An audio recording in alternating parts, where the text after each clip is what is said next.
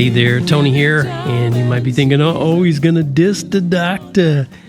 Yeah, before I get started, let me just kind of fill you in. I've enjoyed Dr. Seuss books since I was a kid, just like so many people have. In fact, I'm pretty sure his rhythmic and whimsical writing inspired many of my writings for kids. And I'll even admit that in a court of law if needed. But that still doesn't stop me from sharing what I'm about to share. And you might call me Mr. Grinch after this, but it brings me no joy, and there will be none in Whoville, to say how disappointed I am in the good doctor, if this is true anyway. Because Dr. Seuss missed a prime opportunity to celebrate human life. He missed it. He lived until September 24th, 1991. That's the day he died. Almost 20 years after that famous so-called Supreme Court decision on abortion known as Roe v. Wade. So obviously he was around when pro-life groups started using a line from his book, Horton Hears a Who. And the line says, "A person's a person, no matter how small." And I've been involved in Colorado pro-life groups like Colorado Right to Life and American Right to Life. I've been involved in some of their gatherings, their annual gatherings. I've sung for their meetings, and in front of the Capitol in downtown Denver, I've been involved in that. So I remember many times, especially when they were trying to pass a bill in Colorado Congress. They called it Personhood Bill. There's a lot of reasoning behind that, but they used some of that stuff from Horton Hears a Who, like a person's a person no matter how small, even if it's the single cell that you and I start as when we become a person. And you would think a guy like Dr. Seuss, who acquired a huge pile of money writing for kids, would have thought that that was A-okay, right? To use his words to talk about kids and how much they matter, how they're even the smallest ones, they matter. You would think he would be A-okay with that, but you'd be wrong, apparently. Here's something I found in the most trusted earthly authority on the planet, Wikipedia.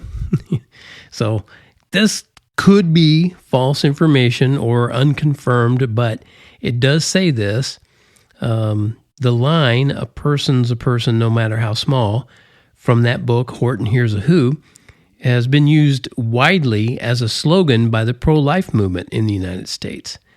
Geisel and later his widow, Audrey Geisel, that's Theodore Geisel, also known as Dr. Seuss, by the way. He and later his widow, Audrey, objected to that use of a person no matter how small. According to Audrey's attorney, she doesn't like people to hijack Dr. Seuss characters or material to front their own points of view. Apparently, somebody was thinking that or felt that way or said that. In the 1980s, Geisel threatened to sue an anti-abortion group for using this phrase on their stationery, according to his biographer, if you can believe his biographer.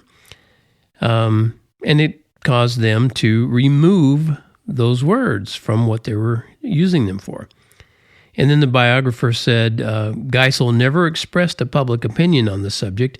After Dr. Seuss's death, Audrey gave financial support to, would you think it would be like an adoption place, adoption clinic or something? No, she gave financial support to Planned Parenthood.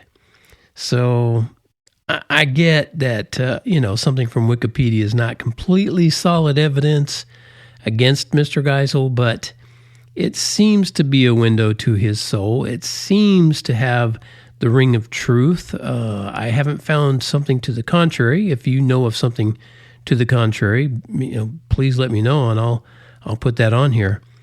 I think it's sad when you find out people you look up to don't understand and support the sanctity of human life, because, as Dr. Seuss said, a person's a person no matter how small.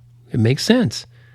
And what good reason could any person ever have for not allowing another person their God-given right to life?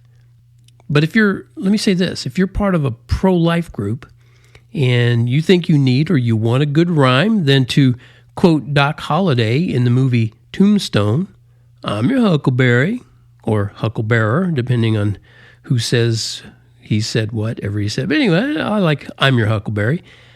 Me, Tony. No matter how tiny, no matter how small, right down to conception, the Lord loves them all. They just need some love and a place they can grow. Unborn babies are persons. God knows that you know. See? We don't need no Dr. Seuss. We got Professor Fundy. Thank you so much for tuning in to this episode of the Rhyme and Reason Podcast, brought to you by TonyFunderburk.com, owned by, Tony Funderburk, personal friend of mine. And he always reminds you to remember that life has rhyme and reason because God made you.